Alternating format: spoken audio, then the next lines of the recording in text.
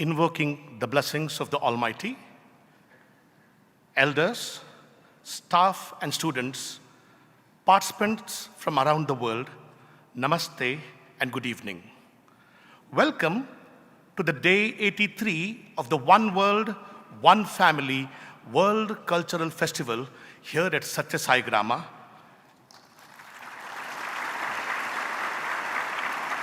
We extend a warm welcome to our esteemed guests, Mr. Motilal Oswal, Managing Director and CEO, Motilal Oswal Financial Services Limited.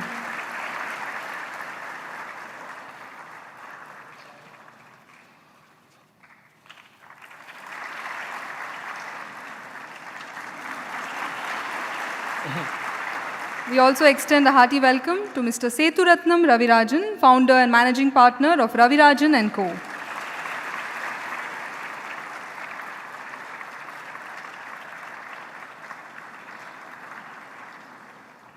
The One World, One Family Global Leadership Award recognizes exemplary leaders who not only build and lead organizations, but are verily an institution by themselves.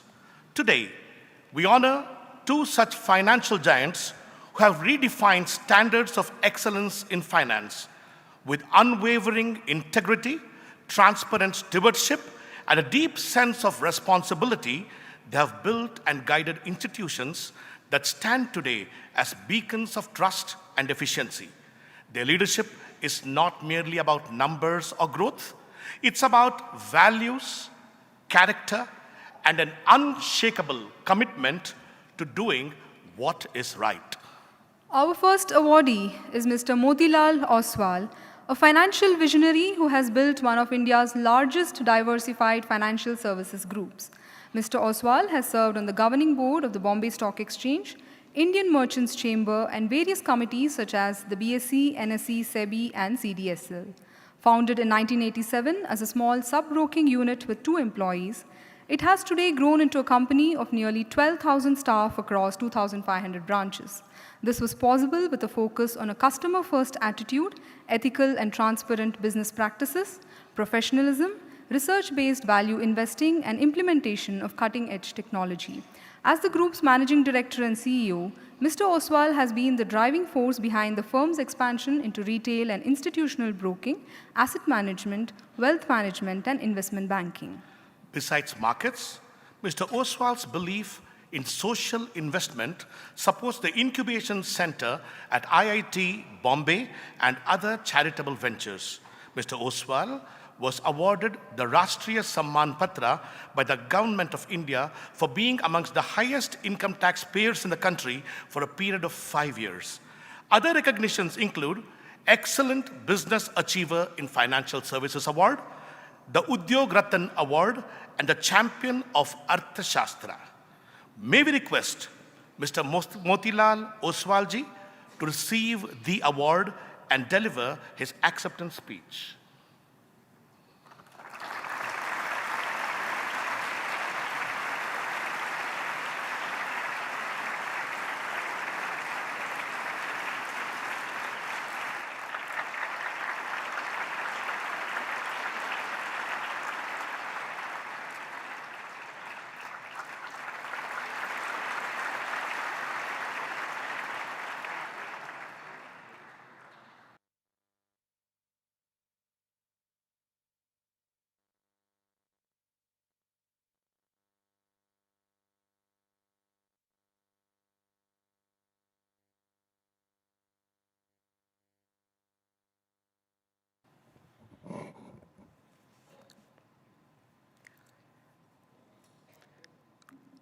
Honorable Sadhguru Sai Madhusudan ji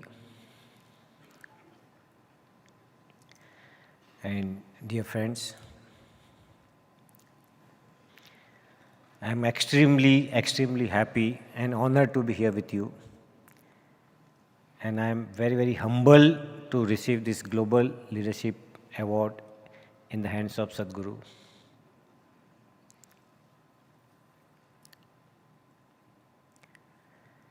It is my parents' blessings and the support from the society that today I am being awarded this kind of great honors. So from the bottom of my heart, I really thanks to you, Sadhguru, and to the whole word, one family, for making me part of this organization. I am coming from a business world where we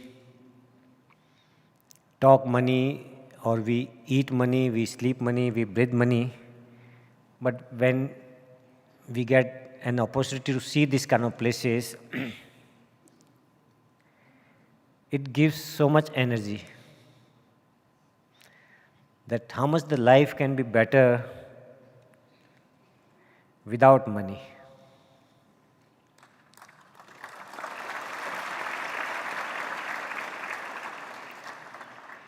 I saw the devotion of the people, very successful professionals who have devoted their life, maybe second part of their life, to this mission. I wish I could do something like that. Thank you to my friend Bala. I know Bala for more than 3 decades now, who introduced me to this mission.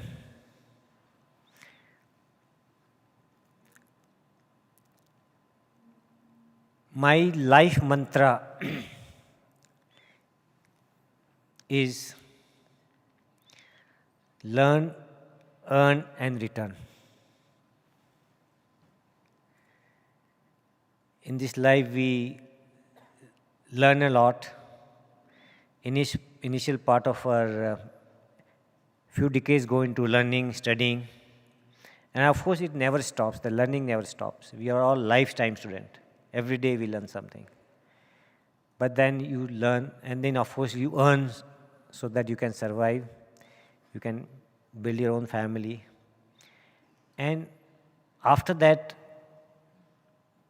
can you return something back to the society? Because society has given so much to me and to all of us. So if we can balance between learning, earning, and returning, I would say that then you have a balanced life and a reasonable, happy, and contented life. So I'm trying to now make sure that on everyday basis, I learn something, I earn something, and I return something back to the society. Because I'm coming from a very humble background. The society has invested in many institutions, in hostels, colleges, where I have studied there, and I'm one of the beneficiaries of those institutions. I got so much blessing from the society that the time has come for me to give something back to the society. So I don't want to talk too much about my giving back, but I seek for the blessings from Sadhguru, that Sadhguru give me the energy what you have.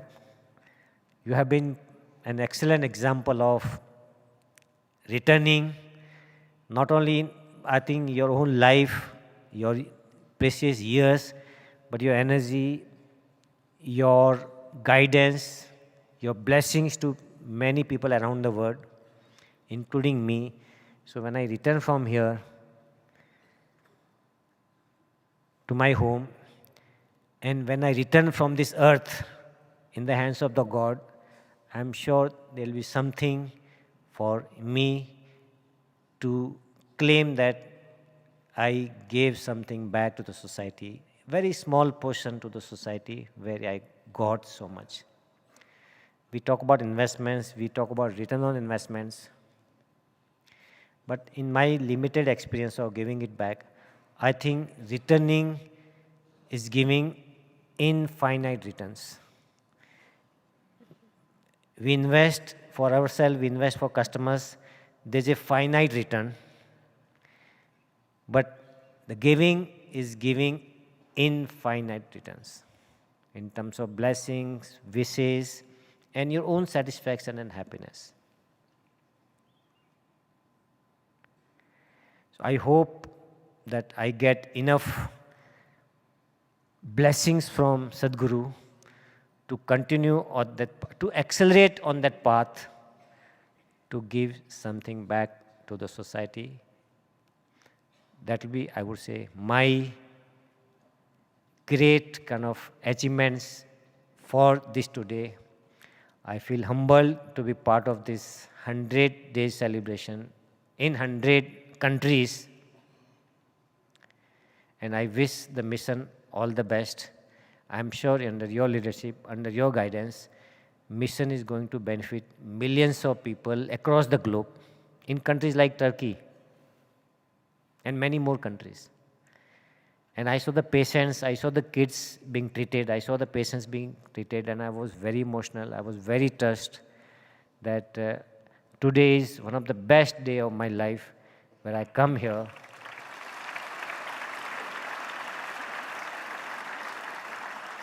to witness the selfless care and service being given by the mission. I really, really feel blessed. Thank you, thank you, thank you.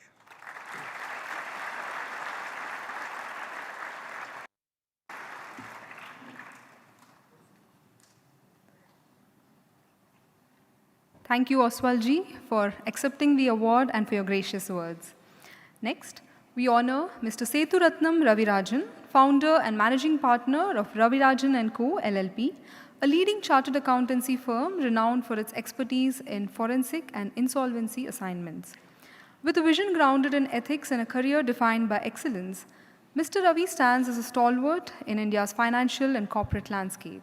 A veteran chartered accountant, Mr. Ravi has over 3 decades of distinguished service spanning banking, finance, and governance. As a former chairman of the Bombay Stock Exchange, he played a transformative role in strengthening investor confidence and modernizing India's oldest and most trusted financial institution. His strategic insights have guided the Government of India and the Reserve Bank of India in major bank revival and turnaround initiatives, shaping policies that uphold transparency and resilience in the economy. Serving on the boards of more than 45 leading organizations, including LIC, BHEL, IDBI Bank, ONGC, and Union Bank, Mr. Ravi has been an influential voice in corporate governance. Currently, as the non-executive chairman of the Tourism Finance Corporation of India and SpaceNet Enterprises, director of several major corporations, his leadership continues to inspire ethical and sustainable growth. Mr. S. Ravi is also passionate about sports, advocates inclusivity and equal rights for women, global climate change, and education for all. Today, we are deeply honored to present the One World, One Family Global Leadership Award to Mr. Sethurathnam Ravi Rajan, a visionary who has not only led with intellect, but more importantly with integrity.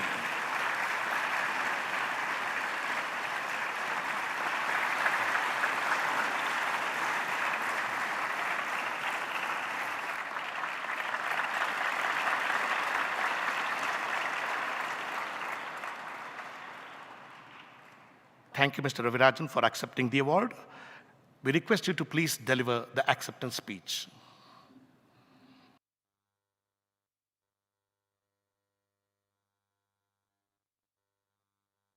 To everybody, respected Sadhguruji, my fellow chartered accountant, Mr. Oswal sir, all the devotees, ladies and gentlemen, I come from Delhi. So when I came here, I did not know this part of the world, I must confess very honestly. I've heard about it, but Drishyam is something, actually when you see something, actually it opens a lot of things. So when I landed in Bangalore and I came to this facility, the hospital, then I saw progressively how the hospital got developed. First a small building, then we are moving and migrating to oncology, and the whole vision. And to make it happen, it requires divine and Guru's blessings. Because it's not possible to do such a thing at such a large scale without the divinity's blessings and Guru's blessings. The humble behavior of people, the etiquettes, and the hospitality that I saw in the last few hours was astonishing. And everything that I saw had a very planned vision. I also went to the nutrition center, and I was amazed at the thought process, the packaging and the product in multi-languages, Telugu, Kannada, and even going up till Guwahati. Not easy. I can tell you, I have seen multiple organizations, more commercial, more stronger, but I think the root cause and the strength is what is driving this whole little universe. And that is what, when I go back, I will propagate this, that what a wonderful sort of job we are doing to bring so much joy to so many people. When I was in the incubator center, I was amazed the thought process behind the whole process in the hospital. Means it was an eye-opener. And you will see hospitals across the world, how commercial, how people are treated, the patients are treated, and you go to the other part of the world, means what a difference. Here it is social, total self-service, it is total getting the community together, and and this is what is a great, in my view, it's a reflection of the ethos, the value systems, and the ethics that have come in here. Having been associated with a lot of commercial organizations, I can very proudly say, having even in PSU sectors, in the organizational skills that I've seen, marvelous. And the most important thing is, how many people have joined hands in this whole mission? I have seen people who have come from overseas, who have left their jobs and come here. Some of the CEOs who have come and joined here. What does it show? It shows a total dedication to the whole cause. So I am very, very impressed, and I would certainly get involved with the blessings of Sadhguruji in some form or the other.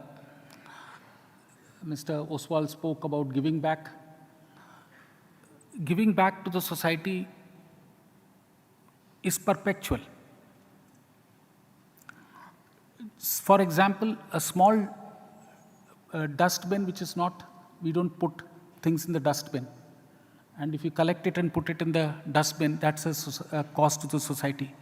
So many things can be done to the social cause, and return to the society can be perpetual every day, in every moment and every thought process. So my way of thinking is that there is no day or age to start this and end this. As long as we live, as long as we are here, we should keep on contributing based on our own strength, based on our own resources, based on our own ability. We should keep contributing to the society. And here is an institution which has really a model example where everything has really really I'm impressed. I would also like to thank Sadhguruji and this whole foundation for having honored me. When I got the mail, I was little surprised. How did I get this mail? Because I didn't have any reference. Then I knew that a lot of my good friends had recommended me for this award. So they never told me this. And I was Then someone told me about a week before that, week after that rather, that you must have got a letter. So I replied instantly, and I felt very honored. They gave me a great, sort of view on how everything is happening here. So I'm privileged to be part of this, to get this award, get this felicitation from Honorable Sadhguruji, respected Sadhguruji. I'm also honored to see a lot of people who have come here. Means your good wishes are always welcome, but I'm seeing variety of people from all segments, so it's a great privilege to be here. I thank Sadhguruji, the foundation, and everybody for this honor. Thank you so much.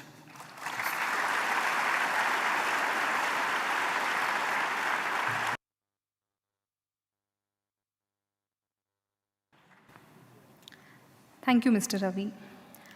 This evening, we present the CSR Circle of Honor to Karnataka Bank for their support in the fields of education and nutrition. Karnataka Bank is one of India's leading private sector banks with a proud legacy of over a century of service built on the timeless principles of trust, innovation, and customer centricity. With a strong network of over 950 branches, 1,200 ATMs, and a wide digital reach, Karnataka Bank has continually upheld its vision of empowering individuals and communities across the nation. Under its corporate social responsibility initiatives, the bank has been impacting thousands of young lives through its partnership with the Each One Educate One Foundation. And since 2022-23, Karnataka Bank has supported the holistic residential education of students, especially girl students at the Sri Sathya Vani Gurukulam in Gadag. Further strengthening its commitment to women's empowerment, the bank expanded its support to girls pursuing nursing and allied health sciences education at Sri Madhusudan Institute of Medical Sciences and Research under the Each One Medical Educate One Scholarship Program. In the same year, Karnataka Bank also sponsored a teaching room at the Sri Sathya Rajeshwari block for the MBBS students. Karnataka Bank has also partnered with Sri Sathya Sai Annapurna Trust to support the morning nutrition program in Karnataka, ensuring children begin their school day with nutritious food that enhances both their health and learning outcomes. These impactful initiatives truly reflect the spirit of investment for a better tomorrow. We now invite on stage Mr. Ravi Chandran S., General Manager, Legal and Recovery, and Mrs. Pallavi T.S., Chief Manager and Public Relations Officer, to receive the honor, please.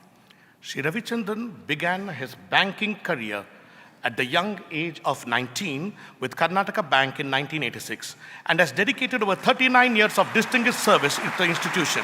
An expert in corporate banking, he has led key operations in New Delhi and Mumbai.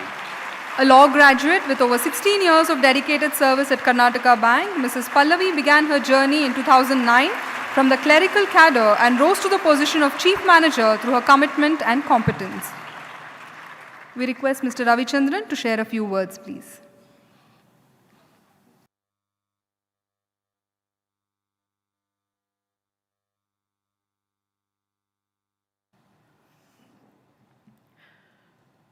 Sairam. It's our culture of saying pranams at the lotus feet of our most beloved Bhagavan, Sri Sathya Sai Baba. Pranams to Sadhguru Madhusudan Sai, and pranams to all the members of the family. I am fortunate and blessed to be a part of this mega celebration of Swami's 100th birthday. We from Karnataka Bank are privileged to be associated with Swamiji's vision and mission of one world, one family. From a humble beginning, this noble cause has spread over the geographical boundaries, touching millions of human hearts with their noble objective of education, health, nutrition at the driving seat for the underprivileged people. The noble ideology is driven through a lot of innovative and outreaching programs and processes. One such to highlight is Each One Educate One. Educate One is an initiative inspired by the ideals of Sathya Sai Baba to provide free, quality and value-based education to underprivileged children in rural India. I am here to represent Karnataka Bank to express our solidarity for the noble cause, inspiring ideologies of Sadhguru Sri Madhusudan Sai. Through this ideal association, Bank is also nurturing its deep commitment to the social services such as education, healthcare, women empowerment, and so on through CSR activities. It is imperative to note that our Prime Minister has applauded the invaluable contributions to the humanity by treating 2,500 children with heart ailments through Gift of Light initiative. Through accomplishments, contributions already achieved is humongous. The vision and mission is to reach out infinite hearts. While I consider myself to be privileged to be part of this noble journey, I thank Sadhguru Sri Madhusudan Sai and all Sai Bhaks for this opportunity. Thank you. Thank you, one and all.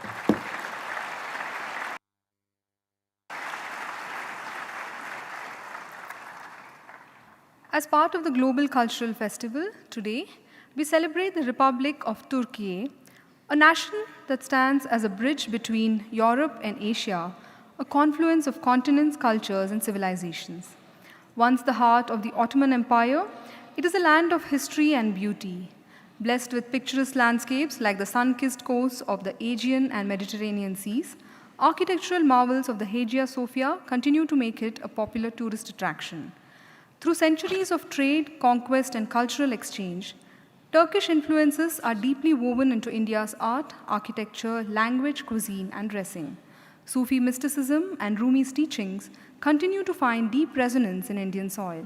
And this evening, we are honored to present the One World, One Family Humanitarian Award to Professor Dr. Absendios Kalangos, an eminent cardiovascular surgeon and a humanitarian. Born in Türkiye, Dr. Kalangos has dedicated his life not only to advancing medical science, but also to extending compassion beyond borders. A pioneer in pediatric cardiac surgery, he has gifted the world with innovations like the Kalangos biodegradable annuloplasty ring, a breakthrough that restores life and hope to young hearts. Yet, beyond the brilliance of his surgical skill lies a heart that beats for humanity.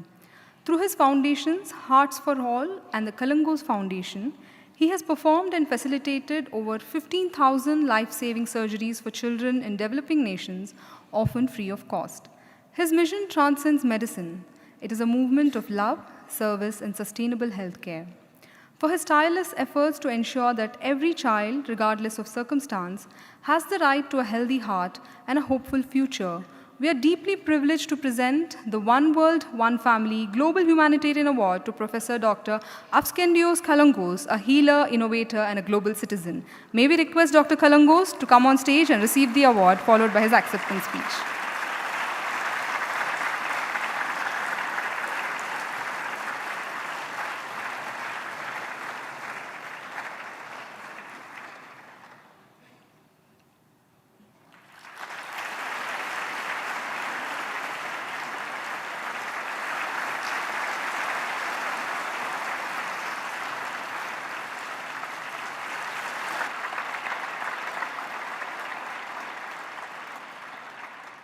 Sri Motilal Oswal ji has a prior commitment because of which he needs to leave now. We request Dr. Kalangos for his acceptance speech.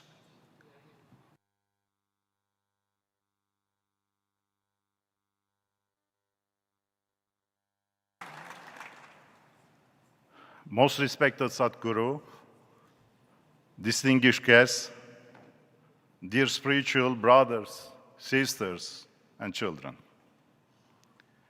I am living through very emotional moments, especially with this great honor conferred upon me by your respected Sadhguru in a highly spiritual environment, guided by love, peace, devotion, and multicultural harmony.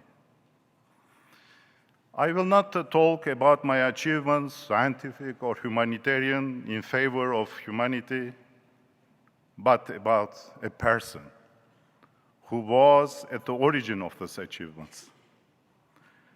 As my mother passed away very early in my life, I had the privilege to have such a dedicated father who educated me with human values, devotion, and still continues to inspire me. Throughout his long life, he shared with us countless commentaries, teachings, and explanations, shining like points of light. As an idealistic physician who dedicated his life to his profession and to helping humanity, he believed that acts of kindness should be performed, and most importantly, with a warm touch, serving with warm hands. Until the end of his life, he treated patients without charging them, and even paid for their medication costs out of his own pocket. He always believed that once a diagnosis was made, the most critical step was ensuring the patient received treatment. His generosity was so incredible that I often saw him with no money left, even as a child, when I was asking for my allowance. As a living embodiment of the Hippocratic Oath, he served as a powerful role model for me and many others who crossed his path. Let me share a few of his fundamental teachings, which in summary represent his philosophy. His first motto was that goodness, combined with love and compassion, is contagious and a symbol of social responsibility. Love was a bridge for everything in his daily life. He was telling me that true heroes are not on lot battlefields, but in everyday life. And they are the ones who quietly help people maintain community and family spirit. In fact, the genuine expression of our love for others can change lives through acts of service, often through small daily actions that come from the depths of our hearts. He was telling me what ultimately attracts people to the silent heroes is the perception by others of their true love, which have the same character as God's love for each of us. These heroes perform their work with patience, then step back, the only path to peace. The affirmation of our faith that started with the creation of the world concludes with the salvation of our souls at the end of time, achieved only by serving others and transforming their lives with human dignity. The salvation of our souls can only be achieved by remaining strong in our daily duties and ministries and not growing weary. Once my father told me, "You are a child and I am guiding you. However, don't forget that the generations maturing now will look to you for guidance, direction, wisdom, inspiration, and even hope." Inspiration should be your most powerful gift to share with young people. It is the gift that keeps giving and creating more positivity. Hope is also contagious like love. Hope is like water, nourishing everyone effortlessly. The most hopeless situation can only be endured with hope, which dies at the end of life, alongside the person. It is the final sensation that will only fade away after leaving physical life behind. And just before passing away, my father told me, "Son, hope will disappear soon." But I continue to keep alive the light in my heart, to find the way out to go peacefully back home, the home of the eternal love, where only silence predominates. And then the only way to express my silence after me would be through your spirituality and the poetry of your feelings and sensations from the depths of your heart, guided by the eternal. Most respected Sadhguru, thank you once again for the privilege of sharing these few words in memory of my father.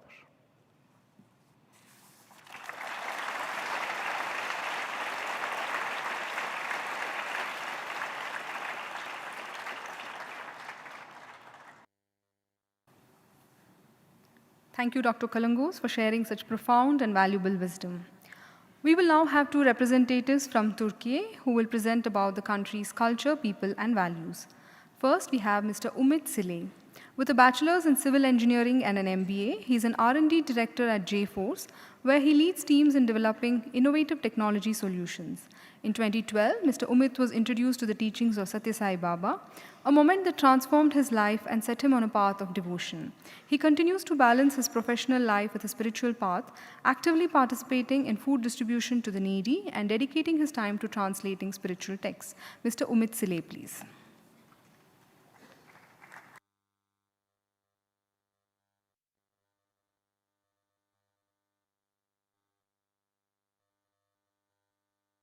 Merhaba, a heartfelt welcome from Turkey to our beloved Sadhguru Shri Madhusudan Sai, our respected guests, our dear brothers and sisters, and the Sai students. Turkey shares its spirit as a land that bridges east and west, where civilizations have met for thousands of years, shaping a culture of faith, beauty, and service to humanity. Turkey, lies at the crossroads of Europe and Asia, a unique peninsula surrounded by four distinct seas: the Mediterranean to the south, the Aegean to the west, the Black Sea to the north, and the inland sea of Marmara. The country's landscape is defined by rugged mountain ranges that frame its coastal plains and separate them from the high central Anatolian plateau. Home to around 86 million people, Turkey's capital is Ankara. The country's climate varies widely, able to witness 4 seasons: Mediterranean along the coast, continental in the interior, and snowy in the east, supporting a rich diversity of landscapes, livelihoods, and traditions. The national currency is the Turkish lira, with 1 lira currently valued at approximately 2.1 Indian rupees. The official language is Turkish, spoken alongside prominent regional dialects. Minority languages are Kurdish, Laz, Circassian, Cherkess, Georgian, Russian, Bosnian, Kazan Tatar, and Serbian, all contributing to Turkey's vibrant cultural mosaic. Göbekli Tepe, near Şanlıurfa, is a recognized world's oldest known temple complex, dating back over 11,000 years, a UNESCO World Heritage. It revolutionized our understanding of early human spirituality and civilization. Predating agriculture and pottery, it proves that complex ritual and social organization existed among hunter-gatherer societies. Cappadocia is a famous land in Turkey with magical pointy rocks called fairy chimneys, which wind and water sculpted long ago. In 1800 before Christ, people first carved their homes and churches directly into this soft rock to create secret underground cities, now a UNESCO World Heritage. Ephesus was once one of the most magnificent and important cities of the ancient Greek and Roman worlds. It is famous for its stunning ruins, including the Grand Library of Celsus and a massive amphitheater. The city was also home to the Temple of Artemis, which was one of the 7 wonders of the ancient world. About 2,000 years ago, the king Antiochus I of Commagene built his tomb on top of a high mountain called Nemrut. He wanted people to think he was a god, so he built giant stone statues of himself next to other gods. These statues, which were huge, as tall as buildings, when shaken by earthquakes, their giant stone heads fall off. Pamukkale, meaning cotton castle, features natural white travertine terraces formed by mineral-rich waters. The ancient spa city of Hierapolis above it reflects centuries of healing traditions and Roman influence. Safranbolu is a UNESCO World Heritage City filled with hundreds of traditional timber-framed houses called konaks that line its cobblestone streets. The town was an important stop on the Silk Road, which made it a wealthy center for trade for centuries. It gets its name from the valuable saffron spice, which has been grown in the region for generations. Konya, home of the 13th century Sufi mystic and poet Rumi, is the heart of Sufism and the birthplace of Mevlevi order, famously known as Whirling dervishes. One of the oldest continuously inhabited urban centers, with the nearby Neolithic site, Çatalhöyük, dating back over 9,000 years. Turkey's spiritual essence flows from its Sufi heart, where love, tolerance, and service are paths to divine harmony. Rooted in the teachings of Rumi, whose words, "Come, whoever you are, come," still echo through Konya. This philosophy invites unity beyond all boundaries. Hospitality, or in Turkish, misafirperverlik, is seen sacred. Every guest a blessing, every act of kindness a form of worship. Through imece, collective work, and dayanışma, solidarity, Turkish life celebrates shared responsibility and compassion. Our cuisine begins with mezes, such as yaprak sarma, wine leaves filled with rice and herbs, and hearty soups like ezogelin çorbası, rich with red lentil, bulgur, and mint. Main courses range from pide, often called the Turkish flatbread bread or pizza, to mantı, delicate dumplings topped with garlic yogurt and butter infused with chili and mint. Savory börek pastries filled with cheese or spinach are part of every celebration. Baklava, a traditional dessert for layered pastry with walnuts or pistachio in the middle syrup, symbolizes Turkey's rich culinary heritage and is shared across celebrations as a gesture of hospitality and sweetness in life. Traditional Turkish attire carries deep symbolism.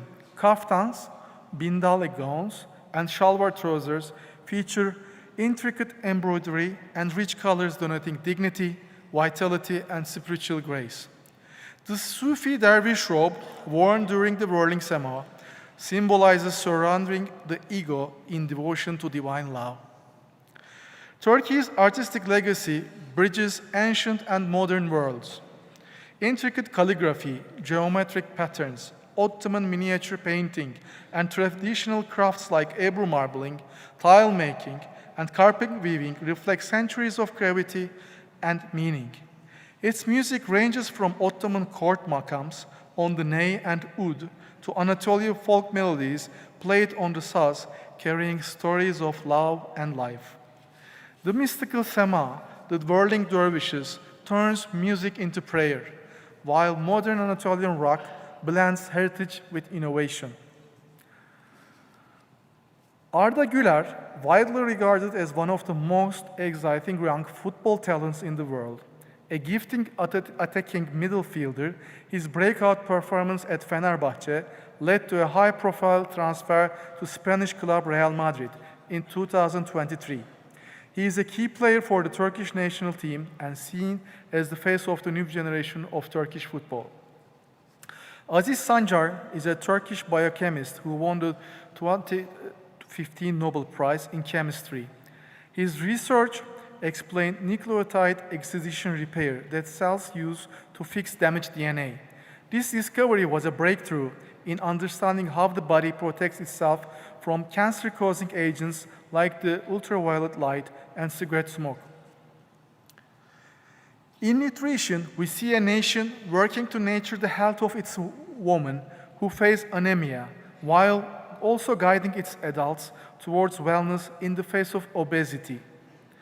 In the realm of education, there is a strong foundation of near universal literacy and a dedicated effort to share digital knowledge with all. The nation's healthcare system seeks to embrace nearly everyone. And while this reflects a deep commitment to all, it also represents the medical human resources challenges, making specialized care accessible to every person who needs it.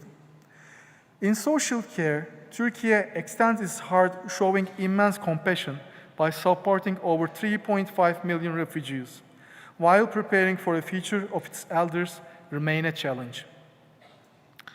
Türkiye continues to strengthen its social and humanitarian foundations through cooperation and resilience.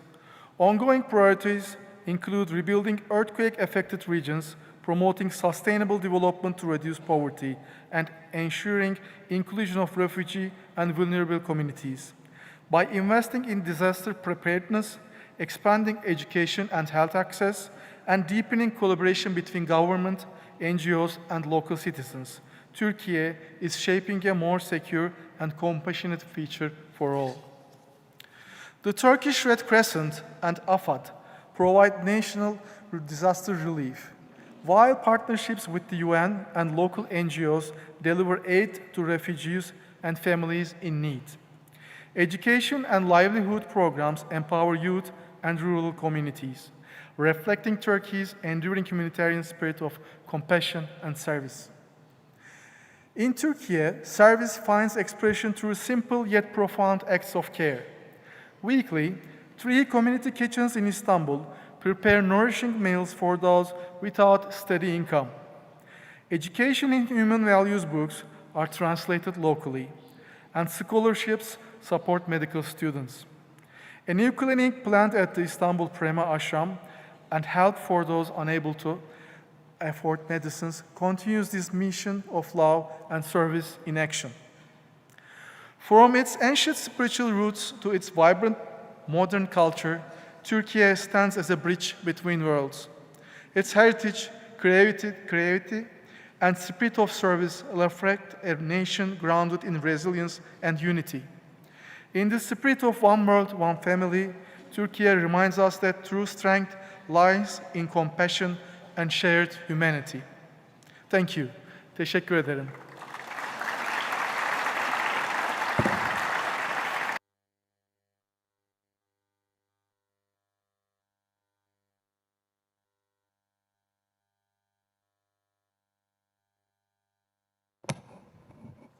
Thank you, Mr. Umit Sile. Our second speaker is Mrs. Naz Gulanch from Istanbul, Turkey. Mrs. Gulanch is a dynamic leader, entrepreneur, and transformational speaker. A graduate of the French College and Istanbul University, with a specialization in languages, she served as the country manager for KLM Royal Dutch Airlines and also as the president of the board of airline directors. Today, as the founder and owner of Para Marketing Group LLC and Travel Options Executive Travel and Events, Ms. Gulanch continues to exemplify innovation, professionalism, and global leadership. Beyond her corporate achievements, her life took a spiritual turn when she was introduced to the teaching of Baba. And since then, she has been practicing spiritual teachings of Bhagwan Sri Sathya Sai Baba. Mrs. Naz Gulanch, please.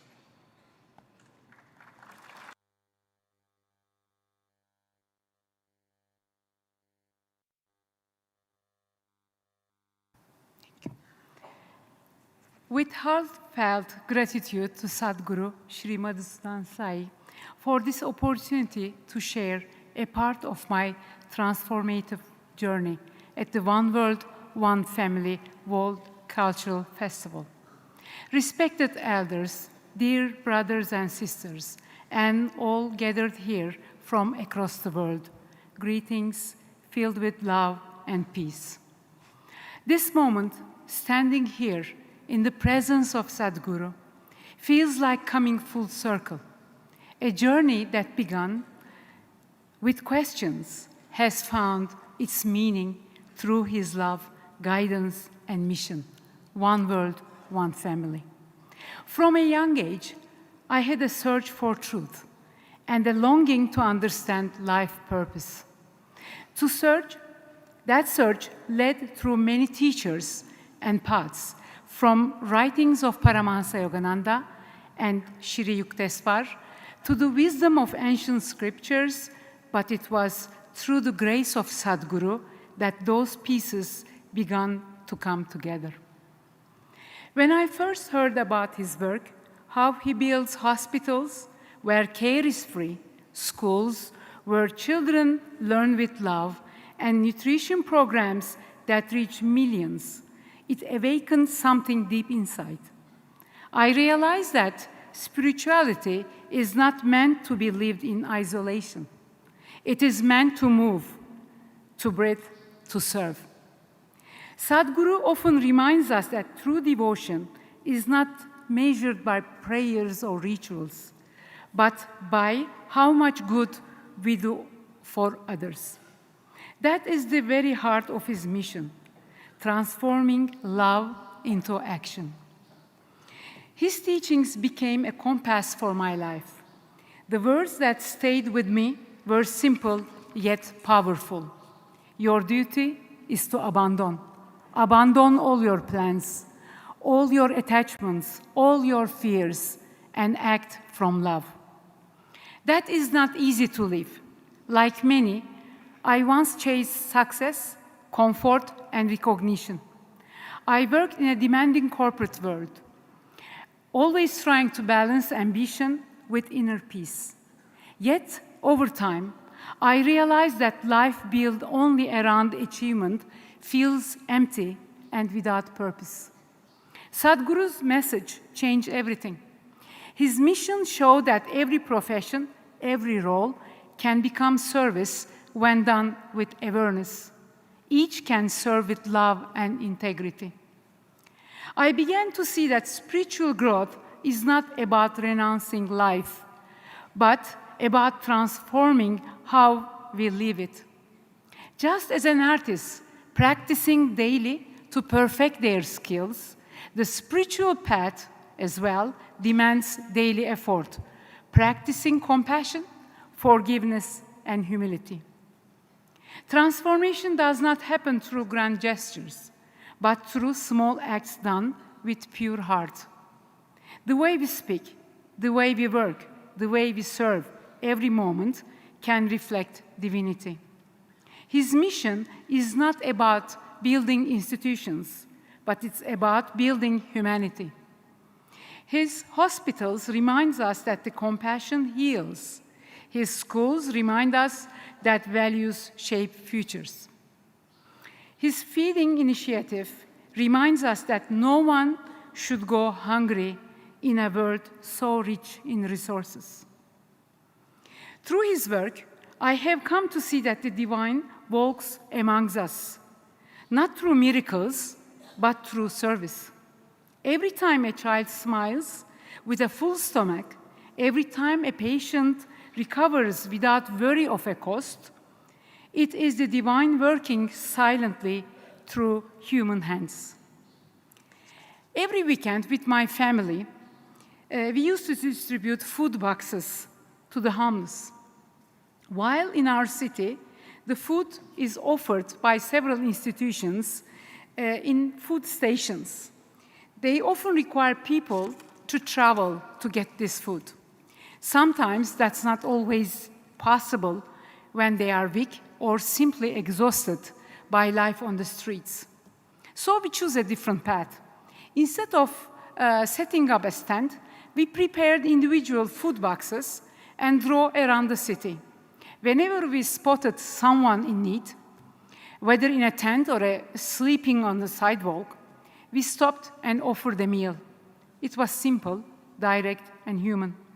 Over time, something beautiful happened. They began waiting for us. Same corners, same benches, same quiet gestures of recognition. Even when local authorities forced them to move from one place to the other, they found ways to find us again. We weren't just delivering food anymore. We were showing up for family. There was one woman that I will never forget, an elderly lady who was always carried a large shopping cart filled with plastic sheets. She had a quiet dignity, always in the same area. Then one day, she was gone. She disappeared. Weeks passed. We were looking for him. We were looking for her. We searched for her. And then finally, I saw her curled up on a park bench, asleep. I gently tried to wake her up. When she opened her eyes and saw me, she smiled, wrapped her arms around me and said, "Oh, I found you again." That moment reminded me, this isn't just about food. It was about being found, being remembered, being seen. That moment stayed with me for a long time. It wasn't about miracles or visions. It was about feeling seen. It was the quickest knowing that life is never forgotten, no matter how small we think we are. That the divine find ways to reach all of us, even though our own doubts and delays. Over time, that experience began to unfold in ways I couldn't have imagined. Seeing the world of one world, one family, the hospitals where no one pays, the schools where children are nurtured with love, the feeding programs that reached millions, I realized that compassion, when put into an action, can heal not just the bodies, but the whole communities. It made me ask myself a simple question. What am I doing with this life? What am I giving back? That question has become the center of everything since then. The teachings I've learned along the way are not about perfection. They are about presence. They remind me that freedom is not doing whatever we like, but doing what is right, even when it costs us comfort. They remind me that peace doesn't come from having more, but from needing less. That simplicity isn't emptiness, it's clarity. Every step of this journey has been a lesson in patience and humility. There were times I questioned everything, moments I stumbled, and days I felt far away from faith. But somehow, grace kept showing up through people, through service, through silence. That's the beauty of this mission. It's not about building grand things. It's about building better hearts. It's about remembering that kindness is our truest nature, that compassion is the highest intelligence. This is a journey from me to we and to he. As we gathered here today, may this not just be another event we attend, but a reminder we carry forward that love is the most practical thing in this world, that every act of service, however small, ripples far beyond what we can see. In the end, there are many paths, but only one destination, a world where love leads and humanity walks together. Thank you.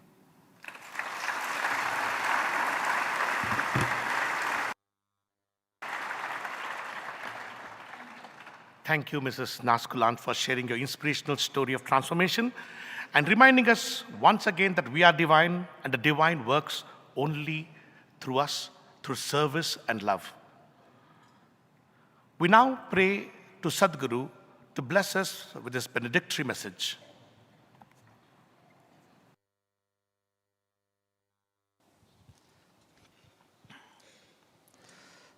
No, please be seated. As it is said in Bhagavad Gita, Yadyadacharati Shreshtaha Tattateva Jaro Janaha Sayat Pramanam Kurute Lokas Tadanuvartate. So, as the noble ones conduct themselves in the society, so the ordinary ones follow them. Whatever examples, whatever benchmarks they set, that becomes the standard of behavior for all others in the society. So why are we celebrating so many people who are coming from so many parts of the world and recognizing them, acknowledging them, and putting them on the stage and listening to their stories is to help others get inspired, help the next generation get inspired. I think that was one powerful message that Professor Kalangos left behind. He said that his father told him the best gift that you can give to others is inspiration. Because everything else is perishable, but inspiration lasts forever. It reminds you of your greater duties towards the society, towards everyone, and towards God. And that is why inspiration is a great gift, is what he mentioned. And also we celebrated two wonderful business leaders who have shaped the financial fortunes of millions and millions of people. On one side, as I said, the first was Mr. Motilal Oswal. He is a household name in India. If anybody from financial markets are interested in finance, with my own Purva Ashrama of banking and finance, I know these people have done yeoman service in a way to help the access to financial institutions reach the middle class, lower middle class, which wasn't the case earlier. We were traditional investors. We invested in only land, gold, and probably good friendships. But then things changed and financial markets came into existence, and to participate in the growth of the economy, people participated through various financial instruments. So Motilal Oswal was one of the leading firms then, a brokerage firm, but now it's a financial institution with diverse portfolio of offerings. And I learned from him, Mr. Motilal Oswal, that he was from a small village bordering Pakistan, from Rajasthan area, that side. And then he said that when he came, he studied under the tree because there are no schools in that village. And then he went to government school and then government college, and finally he finished his chartered accountancy and came to Mumbai, where he felt like doing something. Started small, himself and Ramdev Agrawal, who comes from Raipur. These two were co-founders, and they started a small broking firm and went through ups and downs of whatever life takes you through. And now they have become one of the very large financial institutions. But at the same time, his message of learn, earn, and return, the three phases, is extremely poignant. Because while we learn in the first phase, the second phase we do earn, the third phase is extremely important to remember to return. Most of the people stop at the second phase. So learn and earn, but all this is to finally return. And that was a great message, so I'm thankful to him for coming. He had another appointment, so he left early. But we're looking forward to a lasting partnership with him and his organization. So also on my right, you have Mr. Ravi Sethurathnam ji, who is a pioneer in terms of standards and compliances for capital markets. He chaired Bombay Stock Exchange, which is not what it is today. It has its own journey of evolution. And he shaped, structured it, and made it a robust system as it is today, on which the investors and the brokers and the entire financial community can depend. He also has guided, there is a Bank of India, the government in policy making when it comes to banking and finance. And as we heard, he is still on the board of 45 odd companies, including the Navaratnas of the country. And so he holds several accolades, and definitely this is not an award probably which measures his true excellence, but this is our way of saying thank you to all people like him who have worked all throughout their life to build better systems on which the country can rely. The people, the small investors, the companies, and all the other financial institutions can depend. So such robust, dependable systems and processes is what he has created. And even today he works. He was mentioning that he still has an assignment to do tomorrow. So if they continue to work, they don't retire. Bhagavan used to say, there is nothing called retire. If you tell retire, I will retire you, he used to say. It means like old tires which are worn out, they're rethreaded or retired. Like that, I will retire you. And there is no retirement. He worked till the end of his life for the benefit of all. And so also should we. If you have love in your heart, then you're never tired, so you never have to retire. Because you never feel the effort and burden. We are learning Ashtavakra Gita which said that when you have love and you put love into your things, then there is nothing called effort or burden. These are great personalities who have shown this to us. And with such spiritual background, he was mentioning to me about his spiritual leanings, how at a young age he came across great masters, because he was from Jabalpur, and also later in his life he has met many more. He has followed the path of yoga and adhyatma. And this is what helps people build a character. And character is the greatest strength that one carries. And Bhagavan used to say very simply, character is to do the right thing always. Whatever be the situation, whatever be the time, whatever be the circumstances, one must be willing to do the right thing always. That is equal to character. Right thought, right word, right action. And naturally that will build right outcomes. So doing the right thing is not easy. In financial markets where there is every opportunity for you to cut corners and get ahead of the competition, you sticking to your guns and staying true to your purpose and building an organic, steady and very focused organization is not easy. It's very easy to get swept away by all the glitter and glamour of markets.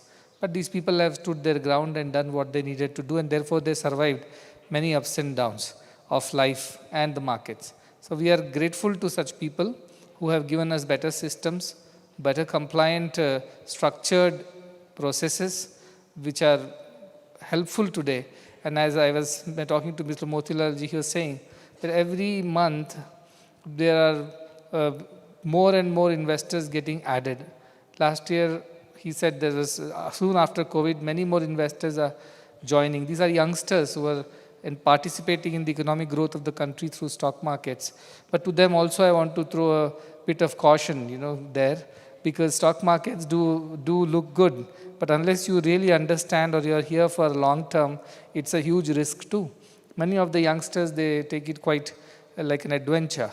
And maybe they make a few bucks in the beginning, but then afterwards you start losing, and then many of them, without understanding, without realizing, they just rely on some tips coming from here and there. And they think they can get easy money. And many of them have lost everything in the process. They even borrowed money and invested and lost that also. I know a lot of them like this.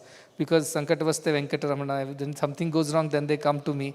Had they come before and asked me, should I even invest, then I would have told, first get yourself to understand how it works and fundamentals of investing and staying for a long term, not short-term broking returns. But none of them believe in that. They all want, this is instant generation, right? Instant coffee, instant returns. Everything has become instant, and that is why they are suffering. But life does not work like that. Life tests your patience. Life tests your resolve, and it only rewards those who stay put and not quit or not run away or not here for short-term quick gains. Maybe one or two people get lucky, win a jackpot or something like that, but that's not the normal. That is exception. To the children, I would have told him to tell all these things, but then I think that was not the mood both of them were in, to give you some advice on how to invest. But yes, India is fundamentally such a strong country. You all youngsters are there to take the country forward. We still have a long, long way ahead of us, and I'm sure every one of you will contribute. So thanks to such people that we are having robust systems in place, and that is helping the entire economy, because without these guardrails, it's very, very dangerous and slippery out there. And we have gone through many of these things which they have lived through. At least I didn't have to go through, but they have went through some of those biggest, rocking scandals. And then they had to recover and build better and stronger systems. So he did a lot for setting right the stock exchanges. So we are very thankful for your presence today for this reason. And we are honored to have you here. Professor Kalangos, I know for a long time, and he has been coming here and serving. He's joined by his wife and son, I think, and then all of them have been supporters of this mission. He has come here, demonstrated his technique in pediatric heart surgeries, and he has built that ring, Kalangos ring, which has helped, I don't know how, thousands of patients around the world. He also went recently to our Fiji hospital and served there.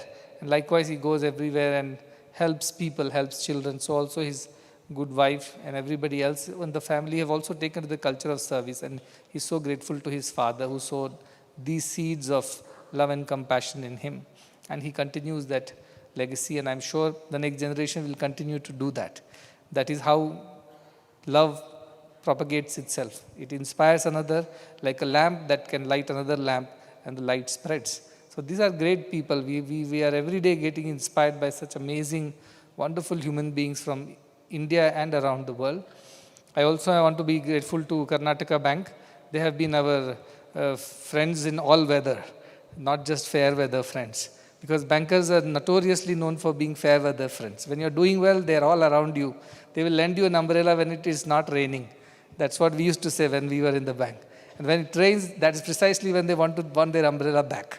So it doesn't work like that. So I've been associated with Karnataka Bank across 2 or 3 MDs who have come, and they all helped us. And especially I want to thank Karnataka Bank for the great contribution and efforts that they made to help us build the medical school.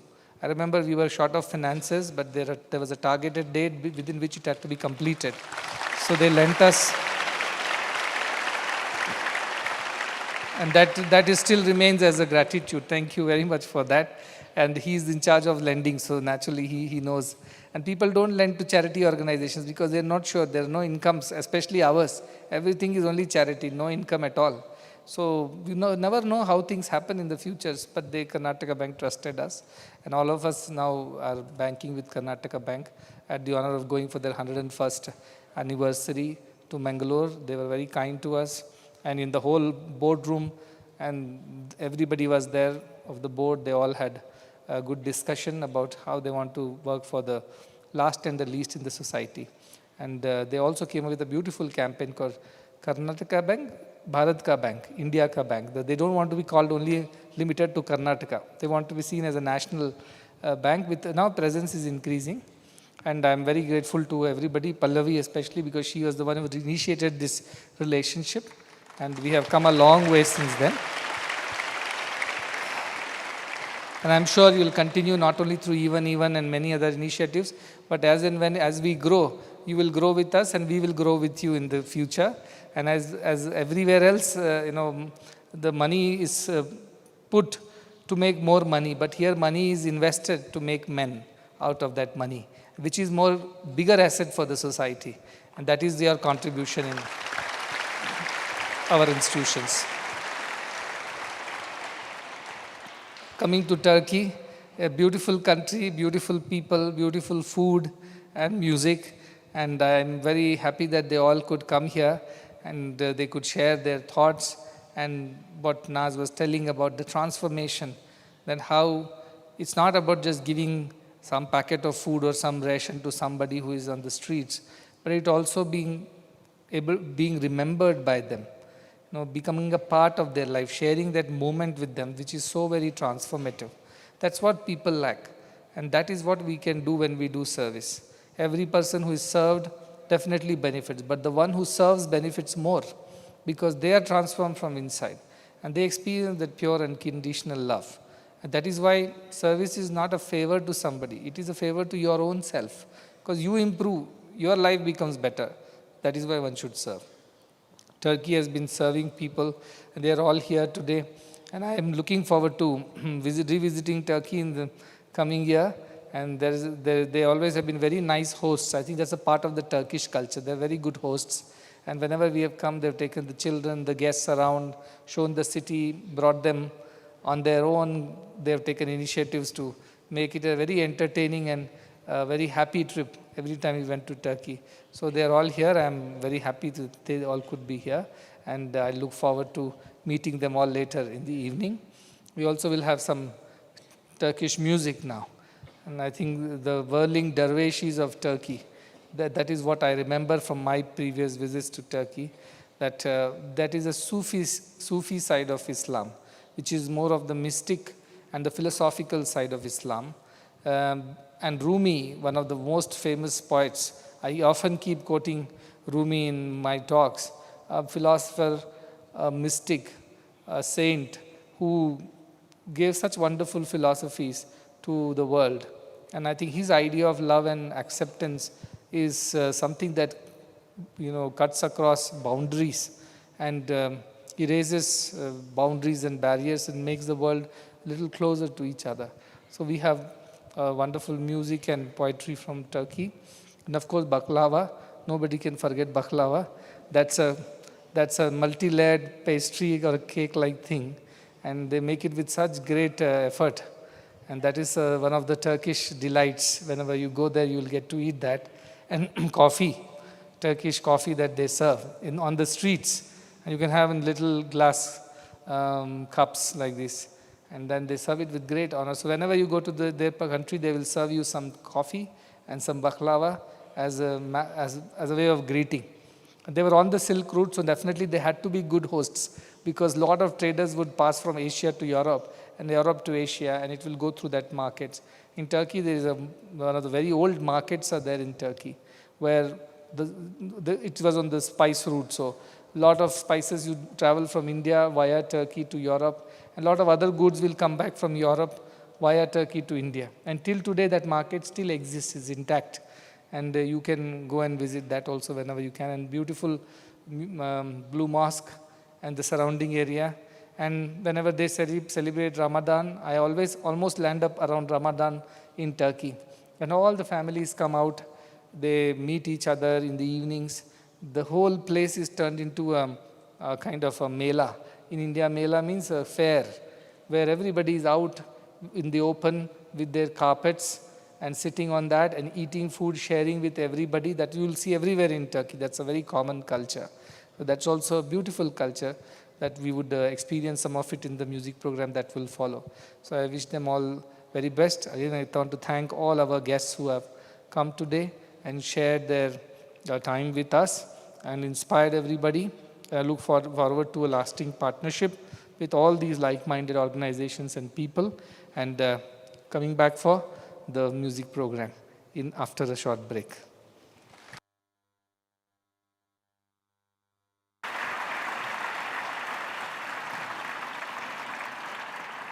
We'll have a short break of 10 minutes, after which we'll reconvene for the cultural presentation of Türkiye, the land of Rumi himself, and watch the Whirling dervishes. We have a 10 minutes break.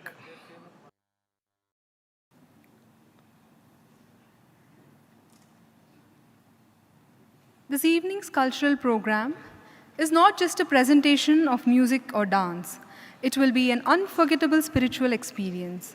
We present the Whirling dervishes of the Mevlevi Sufi order from the land of Rumi himself. The ritual known as the Sema is not merely a dance or performance, but a sacred ceremony for experiencing the ultimate. It embodies humanity's quest for divine union, symbolizing harmony between the body, mind, and heart. Every gesture in this ceremony holds deep meaning. The right hand extended upward is to receive the blessings of the divine. The left hand turned downward is to share them with all creation. As they whirl, they mirror the cosmic dance of the planets around the sun, aligning the human spirit with the harmony of the universe. In the symbolism of the Sema ritual, the Semazan's camel hair hat represents the tombstone of the ego.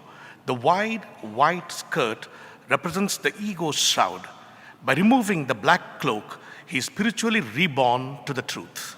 During the Sema, there are 4 salams or musical movements, each with a distinct rhythm.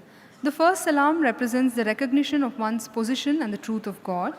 The second salam expresses the rapture of the human being, witnessing the splendor of creation in the face of God's greatness and omnipotence. The third salam is the ultimate peak of ecstasy, dissolving into the beloved. In the fourth salam, transformed by the divine experience, one returns to duty as a servant of God. The members of the team will now come on to the stage.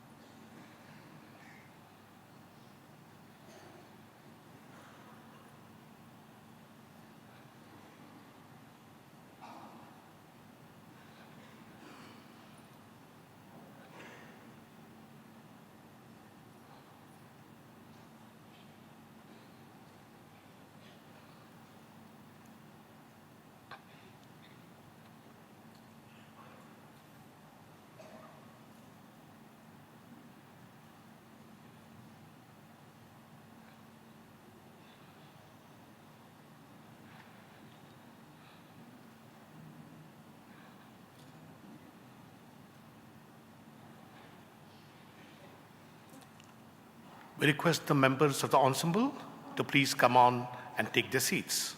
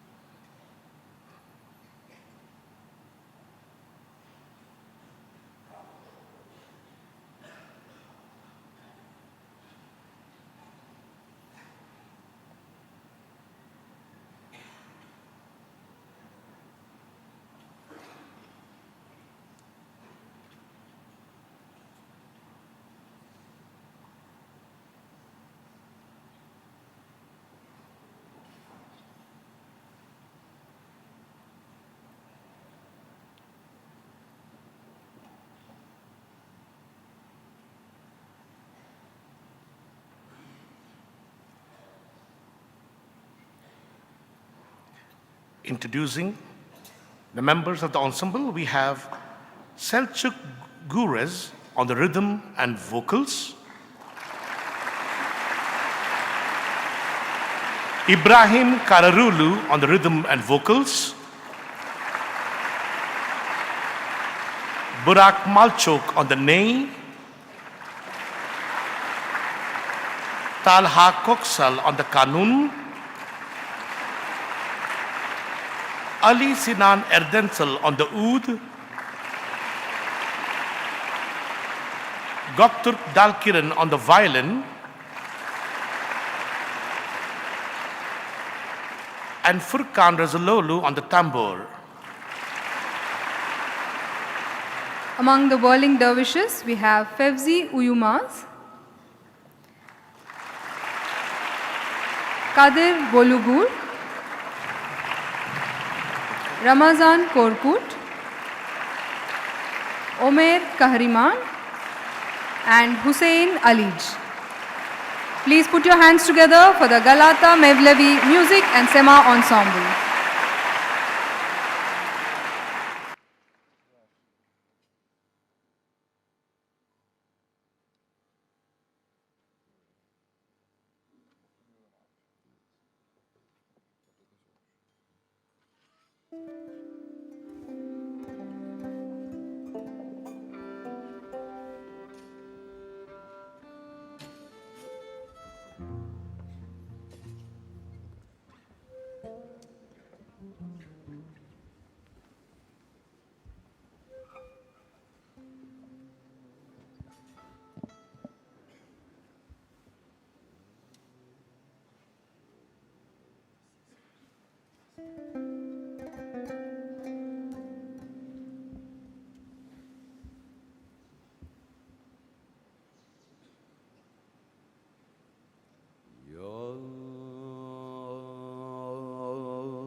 Hazreti Mevla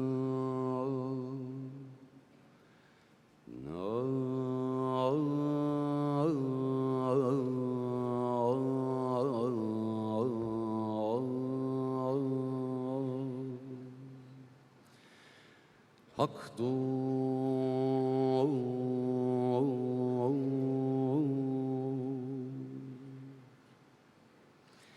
Ya Habiballah Resulü Halik-i Yektatü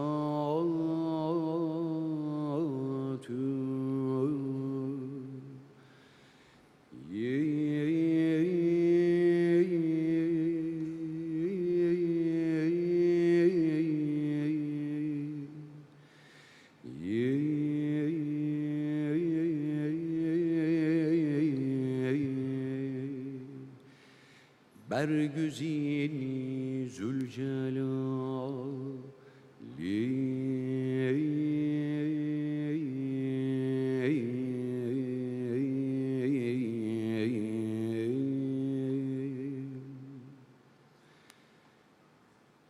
kübi hem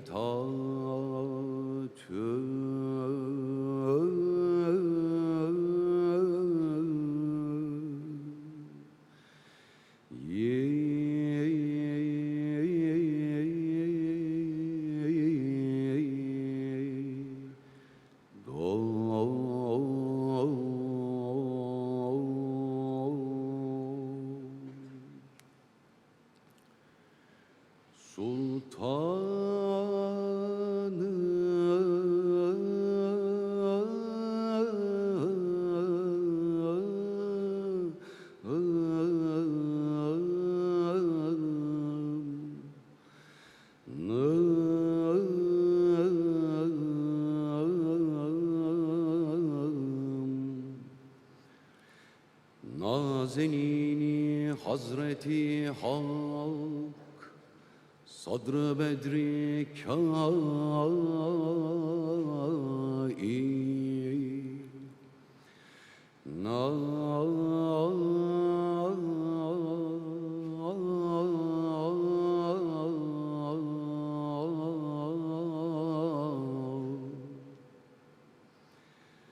Nuri çeşmi enbiya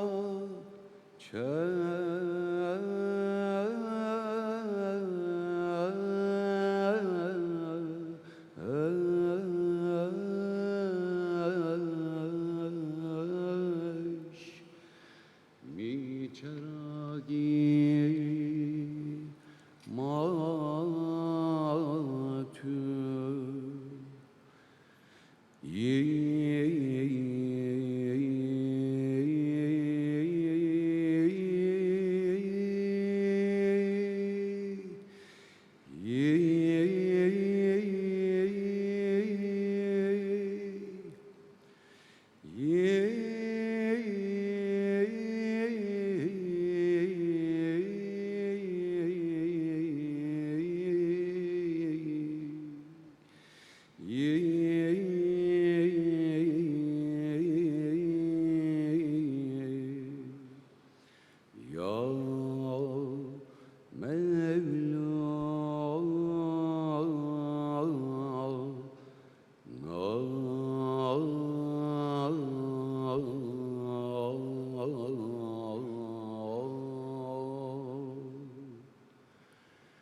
Hak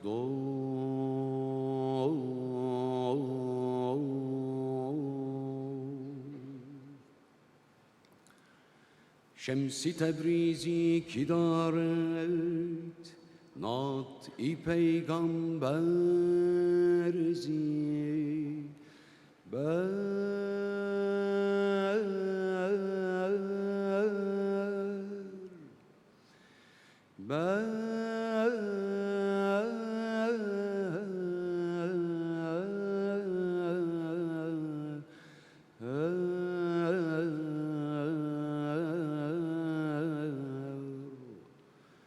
Mustafa müçteban Seyyidi alatü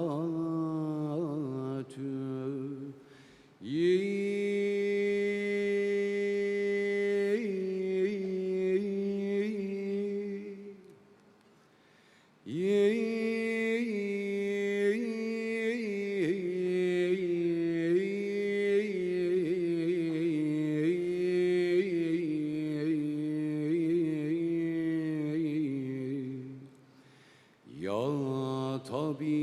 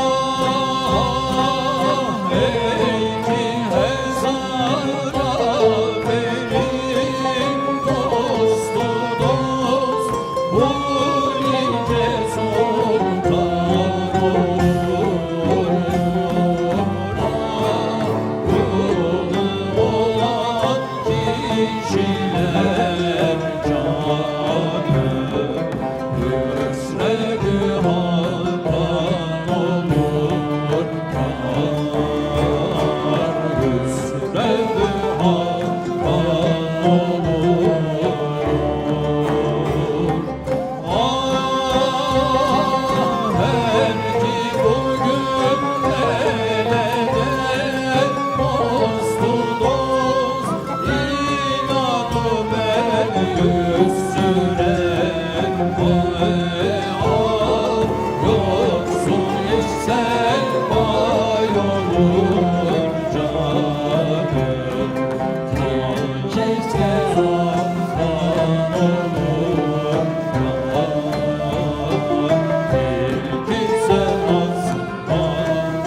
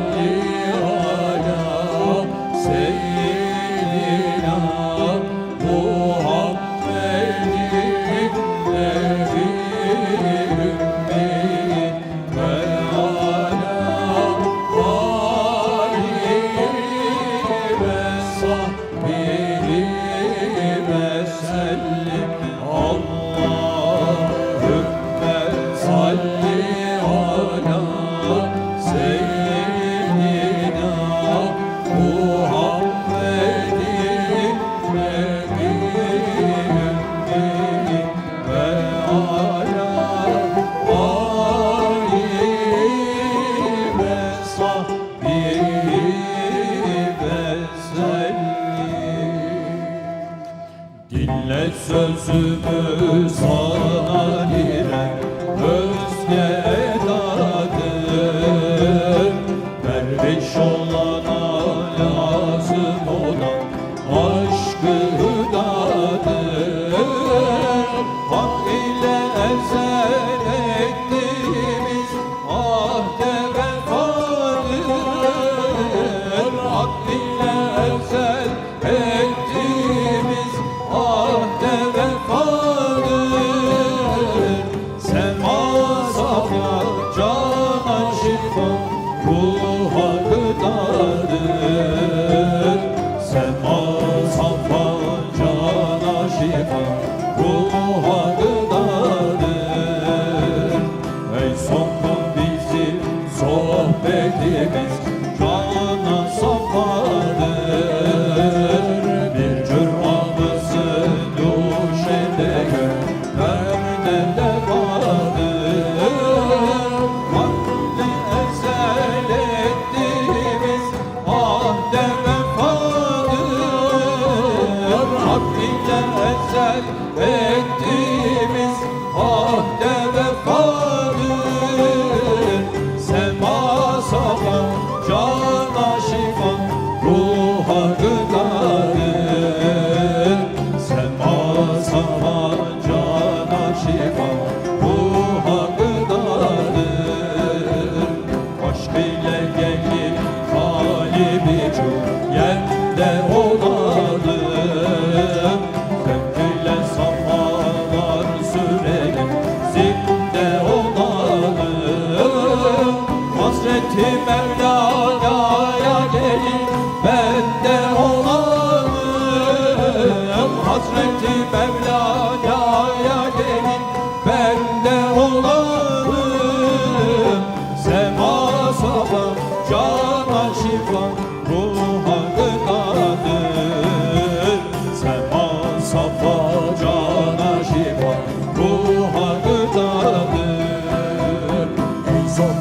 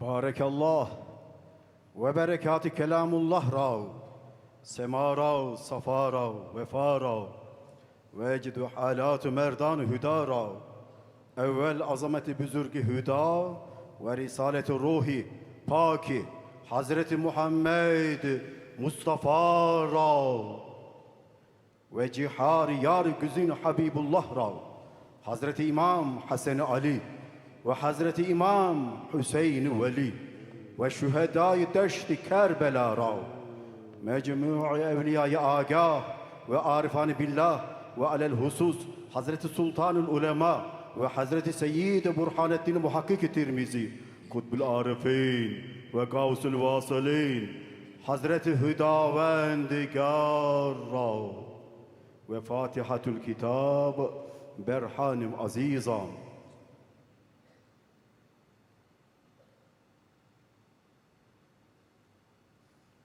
Azamet-i Hüdara tekbir.